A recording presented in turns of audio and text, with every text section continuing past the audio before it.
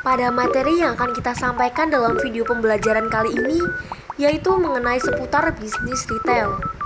Anda pasti sudah sering mendengar istilah retail dalam dunia bisnis. Sebenarnya, apa itu bisnis retail dan bisnis seperti apa yang bisa dikategorikan sebagai bisnis retail? Yuk, kita bahas bareng-bareng.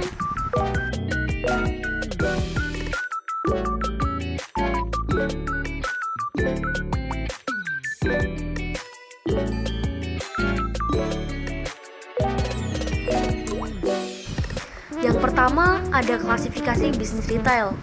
Berdasarkan skala usaha, retail dibagi menjadi dua, yaitu retail besar dan juga retail kecil. Retail besar merupakan retail yang menyediakan berbagai macam barang dan jasa di satu tempat yang memiliki tempat yang cukup luas. Contohnya yaitu supermarket dan juga department store. Sedangkan retail kecil disebut juga dengan retail tradisional, di mana retail ini cukup sederhana, memiliki sedikit barang yang ditawarkan, serta masih adanya kegiatan tawar-menawar. Contohnya, warung dan juga pedagang kaki lima. Yang kedua, berdasarkan tipe kepemilikan, terbagi menjadi tiga, yaitu independent retail firm, waralaba, dan juga corporate chain.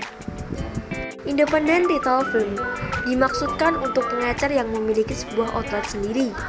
Semua bentuk pengelolaan dan kepemilikannya atas nama pengecer tanpa ada afiliasi. Contohnya adalah warung, kios, toko kelontong, dan ruko, baik yang ada di desa ataupun kota. Yang kedua ada waralaba.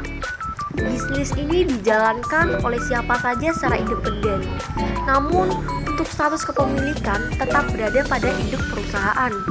Dengan kata lain, bisnis ini tetap mengikuti aturan yang ditetapkan oleh perusahaan induk. Contoh bisnis waralaba ini adalah McDonald's, Pizza Hut, KFC, dan sebagainya. Yang ketiga ada corporate chain.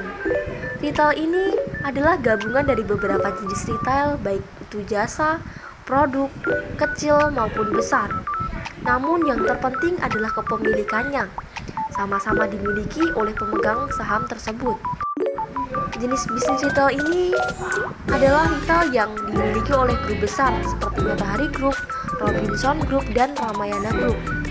Yang ketiga, berdasarkan jenis pelayanan, terbagi menjadi tiga, yaitu full service retailing, limited service, dan self-service store. Full service retailing adalah bentuk perdagangan ecer yang sudah umum, yang memberikan pelayanan sepenuhnya. Bentuk ini khususnya diperlukan untuk barang-barang yang memerlukan banyak penjelasan atau perlu dicocokkan dulu sebelum dibeli. Contohnya yaitu barang elektronik dan juga pakaian di butik. Yang kedua adalah limited service, di mana pelanggan umumnya memesan atau memilih item dan membayar sebelum makan. Makanan dan minuman boleh dikonsumsi di tempat, dibawa keluar, atau dikirim ke lokasi pelanggan. Yang ketiga adalah self-service store, adalah konsumen lebih bebas memilih produk yang dipilih oleh masyarakat. Sistem pelayanan terpadu yang memungkinkan konsumen dapat melakukan berbagai aktivitas tanpa harus langsung datang ke tempatnya, seperti pelanggan di Carrefour, Hypermart, Hero, dan Giant, karena mereka bebas memilih membeli produk dimanapun. Yang keempat, yaitu berdasarkan ukuran outlet.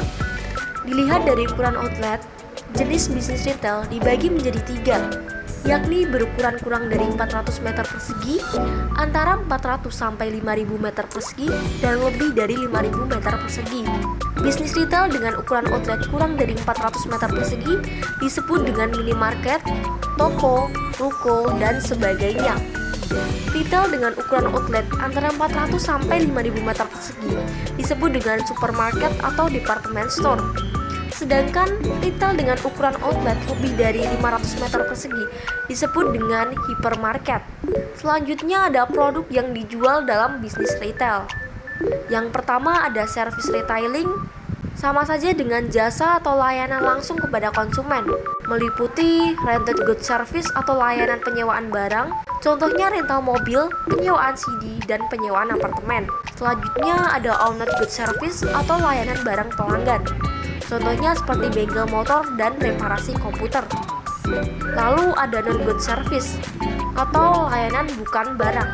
Contohnya seperti jasa supir travel, tour guide, dan tukang cukur. Yang kedua ada produk retailing, yaitu menjual berbagai produk berupa barang kebutuhan.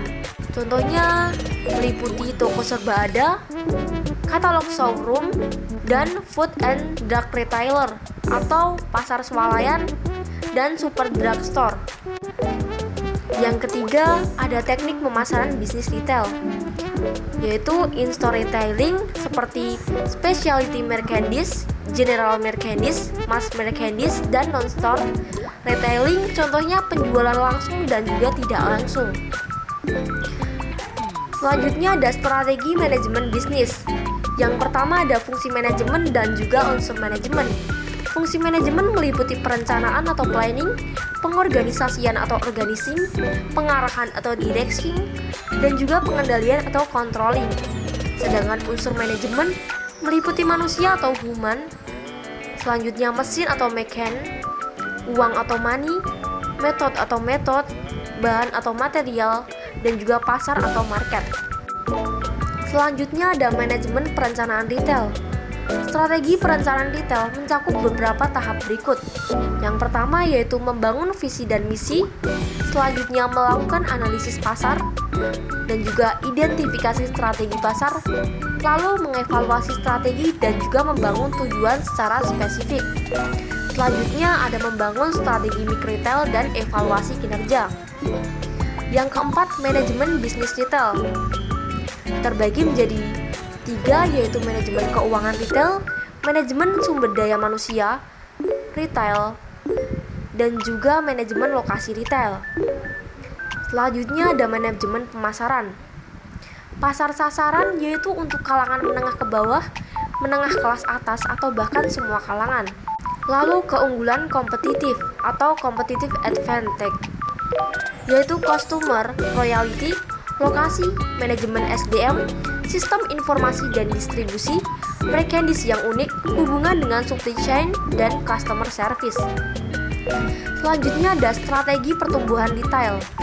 Terdapat 4 strategi pertumbuhan retail yang sering dilakukan, yaitu yang pertama ada penetrasi pasar, yang kedua ekspansi pasar, yang ketiga membangun pasar, dan yang terakhir membangun format retail. Selanjutnya ada manajemen hubungan konsumen retail atau manajemen pelanggan. Hubungan pelanggan atau customer loyalty adalah kesetiaan konsumen untuk memakai produk atau jasa tertentu yang tercermin dalam pembelian yang konsisten terhadap barang atau jasa tersebut.